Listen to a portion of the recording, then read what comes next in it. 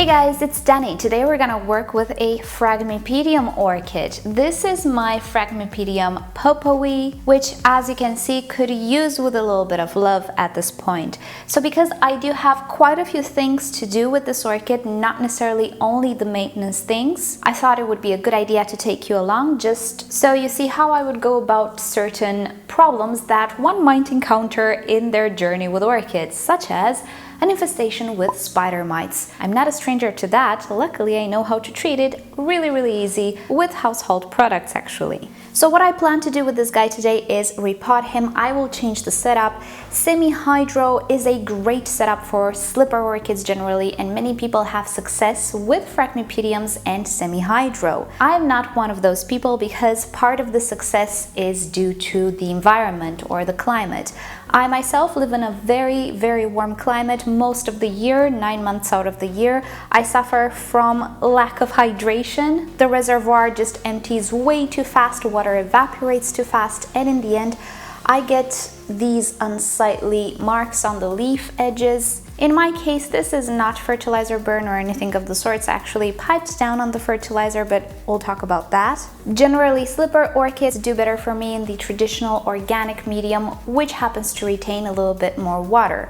So factors such as climate, lifestyle, all of those things make this orchid simply go too dry for its liking, and Phragmipediums don't really like to be that dry. So we're gonna change the setup today, and also I will go ahead and remove the older growth. So it's a mix of many things: maintenance, dealing with a pest infestation, repotting. It's gonna be fun. So the first thing we're gonna do is actually unpot the orchid, and to do that, just like with any other orchid, first I want to press a little bit on my pot and then carefully pull the orchid up. So the first thing that I'm noticing, the roots are not happy. Many of the roots are actually dead. This little orchid did not enjoy semi-hydro for me, and this doesn't mean the setup is wrong or that you should never grow Phragmipediums in semi-hydro. It just means it's not working well with my environment and lifestyle.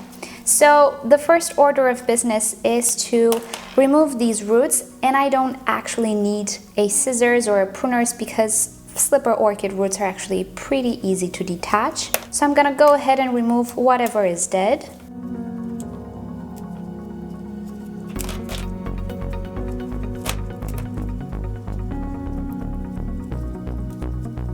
And there we go, we are actually left with quite a few roots. Next up, I want to remove this old growth. Now, with slipper orchids in general, be them Phragmipedium or Paphiopedilums, the older fans will die off in time. Being that they're sympodial orchids, the new growths are actually not keikis, they are the equivalent of a new pseudobulb, but in the case of slipper orchids, we're dealing with fans. Each fan, though, is connected by another one through a rhizome. This is why this orchid is actually sympodial. So right now, I just want to see how easy it is to remove this growth. I might need pruners, I don't know. First, I'm gonna see if it wants to come off on its own. It might. And it actually did, as you can see. So, at a glance, the orchid actually looks pretty decent. But the next thing I want to do is treat the spider mite infestation. We will go outside for this, but first, I need to clean up my table. So I have here my prepared solution. I will not go into the details because I actually have a very detailed video on how I prepared the solution, what it contains, why I do it in this way. So I will link it down below. Basically, it is the only thing that actually worked for my entire orchid collection. It didn't cost me an arm and a leg to purchase. It's non-toxic. It doesn't need me to get all sorts of permits. I did try the miticide alternative with very low success. And you know how it is when you have a problem and you need something, you try until you get something right. And after about 4 years or so of battling with the false spider mites, I came up with this, and everything is finally okay in my collection. But from time to time, spider mite infestations can occur. So let's talk a little bit about that. Let's see how some spider mites look like. I'll show you on the screen right now some images that I took with a digital microscope, which is actually a macro camera. I'll link it to the video in which I present this product as well. It's from eBay or Amazon. really cheap product, and you can actually see the effects of your treatments on pest. Now, the false spider mite does not create webs like the typical spider mite. It is also tinier. It's red in most cases, and sometimes it can encrust itself in leaves so bad that showering orchids doesn't really do much. It only maintains populations low. And because they're so tiny, most of the times you will not see an infestation until it's a little bit too late, until they start munching on the orchid. And this is the state in which my little orchid is in. So let me just show you the damage. So there we have it. It literally looks like something grazed upon the leaves. And furthermore, wherever they grazed and broke the cuticle, there's a secondary infection which sometimes can appear as black dots or brown dots or even complete patches. If you can hold the orchid still and you look really closely, you can actually see the spider mites. But this is enough signs to know that I'm dealing with an infestation.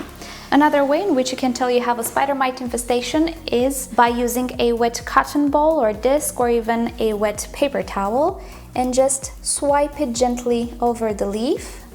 And then let's take a look at it. I think we can clearly see each individual spider mite right now, and also this browning, that is a sign of spider mites as well. So in case you don't have a microscope or magnifying glass or anything, if you do this test and you see tiny red dots and even some brown staining, it's pretty clear you have an infestation of false spider mites. Now, as I was saying, infestations with spider mites and maybe other pests are frequent. Either you introduce new orchids or new plants which already have pests, either they come through the window with the wind. From time to time you can have a little outbreak here and there. I've decided that I will spray preemptively autumns and springs. I think twice a year is enough because my little concoction here acts mechanically. It forms a film on the orchid leaf which offers protection for a few months until it evaporates. So I will spray my orchid outside. Actually, I'll take you along. Basically, we need to touch every bit of the orchid, excluding the roots, of course, with our solution. We need to spray on the upper side of the leaf and on the underside as well, in between the leaves and inside the crown as well. If the orchid had flower spikes, the spikes should have been treated as well. Everything that is green, with the exception of the roots, is on the spider mites menu, and we can find eggs, spider mites, even their larvae in all of these structures, particularly in between the leaves and in hard to reach places. A little side note here, whenever we do treatments, no matter if they're store-bought, DIY'd, whatever, whenever we spray orchids with so much water inside the crowns and in between the leaves and structures, there is a chance we are at risk of rotting. Therefore, we need to minimize this risk. I will leave my orchid outside in the breeze. It's really warm right now in my climate. The soap will help water to evaporate because it is a surfactant, but mind you, when you do any type of treatment that implies water, you need to make sure you have a lot of ventilation. Maybe place the orchid in front of a fan or leave it outside if it's breezy and warm and nice, because in this way we are decreasing our chances of rot. And even if slipper orchids are sympodials, they can still suffer from crown rot. Now, whenever we deal with a spider mite infestation, it's always good to treat the plants in the near vicinity of our affected plant as well. So in my case, I only had these two on the shelf. I also cleaned the shelf with some alcohol. I cleaned my tray with alcohol once again. So now I'm going to leave these two orchids outside to properly dry as well, and we'll come back with the Phragmipedium.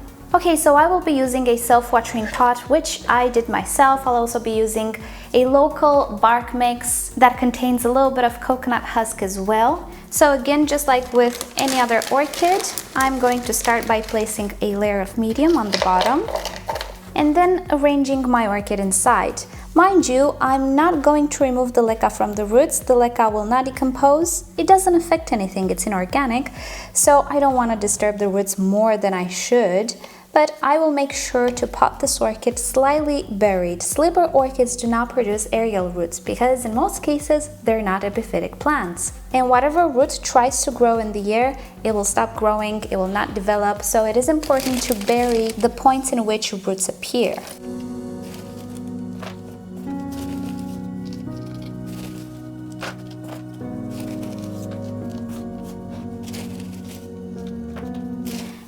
have it. My orchid is now potted. I'm going to go give it a good watering, and then we'll come back and take care of these unsightly browned tips. So I'll be using a sterilized pair of scissors, and I like to cut leaf tips at an angle because it gives them a more natural look rather than cutting them flush. Also, I make sure to cut into healthy tissue, so not here, not leaving any bit of this damage behind, because this is dead tissue. It can get infected. So whenever we cut damaged tissue, we need to cut into good tissue. So I'm gonna go ahead and see what I need to cut.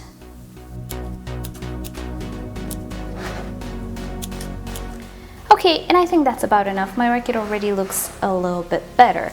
Now, let's talk a little bit about this leaf tip dieback. It can happen for a few reasons, one of which is indeed salt buildup and fertilizer buildup. However, though, the same thing can happen with drought. And let's just take a look at my other slipper orchids for a second. A few months ago, I made a video with my Paphiopedilums, the mottled leafed ones, and I showed you I had a lot of leaf tip dieback, and I concluded that there's really something between them and the leca. They absolutely cannot do okay in my environment and with my care possibilities with them. So I switched everybody to terrestrial mix. Most of these are terrestrial anyway, and ever since I did the switch, I don't have any leaf tip dieback. You can see some remains there on that one, but there's no more leaf tip dieback ever since I repotted them. All of them look in tip-top condition.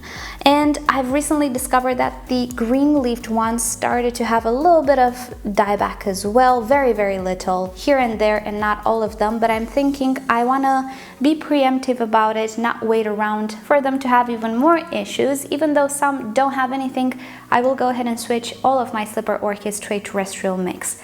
They are terrestrials. There's something they don't like in semi-hydro or leca in general in my environment. It doesn't mean everybody will have issues with leca and paphs. It just means I have issues, and I will do the switch sooner or later for the green-leafed paphs, even though they don't have issues, some of them. I just don't want to wait until they start to have issues, until one day I forget to water. So that's the reason I decided to go for a terrestrial mix with this guy as well, and I think he will do okay from now on. I will be placing him back to his pot where it's very bright. This orchid needs quite a lot of bright light, and I think that's about it for today with my Phragmipedium. Thank you guys so much for watching this video. Hope you've enjoyed it and you found it interesting, and you know the drill. Like or dislike this video below. Subscribe to my channel for regular orchid videos, tutorials, repottings, and things of the sorts. Turn on notifications if you'd like YouTube to notify you whenever I upload a new video. And if you're curious to know what I use in my grow space, what setups I have with my orchids, and so on, expand the description. I have everything listed there. And with that said, I'll see you guys next time. Bye!